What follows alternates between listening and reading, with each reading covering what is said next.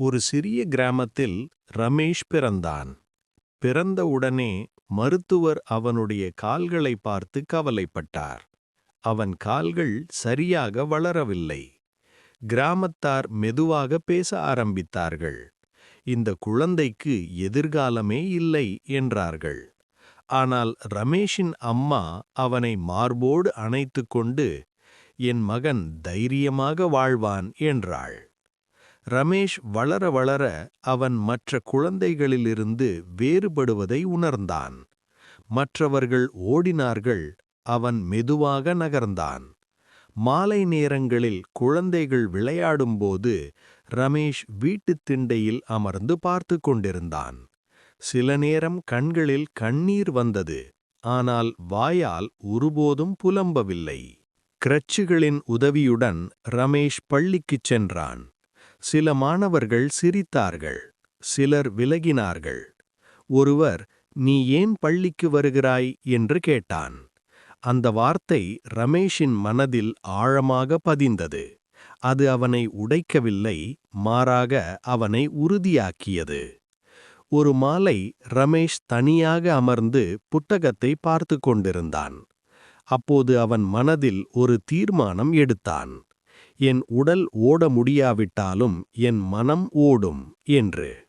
பள்ளி முடிந்ததும் மற்றவர்கள் விளையாடச் சென்றார்கள். ரமேஷ் மட்டும் படித்தான். இரவில் மற்றவர்கள் தூங்கியபோது அவன் படித்துக் கொண்டிருந்தான்.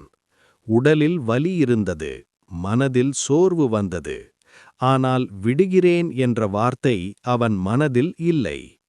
பெற்றோர்கள் அவனுடைய முயற்சியை பார்த்து முழு ஆதரவு கொடுத்தார்கள். ஒரு முக்கிய தேர்வை ரமேஷ் எழுதினான். முடிவு வந்தபோது அவன் தோல்வியடைந்திருந்தான். கிராமத்தார் சொன்னார்கள், நாங்கள் சொன்னதே சரி. அந்த இரவு ரமேஷ் அழுதான். தோல்விக்காக இல்லை, சந்தேகத்துக்காக.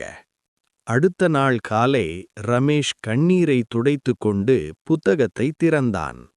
இந்த முடிவு என் முடிவு இல்லை என்று தன்னிடம்தானே சொன்னான்.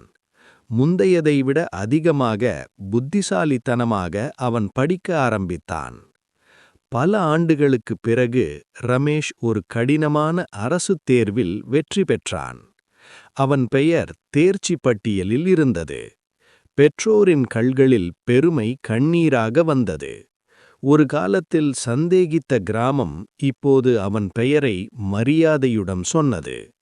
ஒரு நிகழ்ச்சியில் பேச ரமேஷ் அழைக்கப்பட்டான்.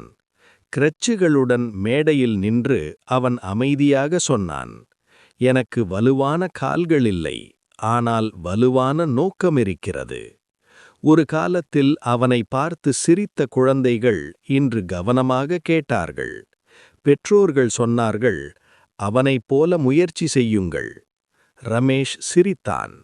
பிறரை தவறாக நிரூபித்ததற்காக இல்லை, தன்னை சரியாக நிரூபித்ததற்காக. இறுதிச் செய்தி: உடல் குறைபாடு தடையல்ல, மன உறுதியே வாழ்க்கையின் உயரத்தை தீர்மானிக்கும்.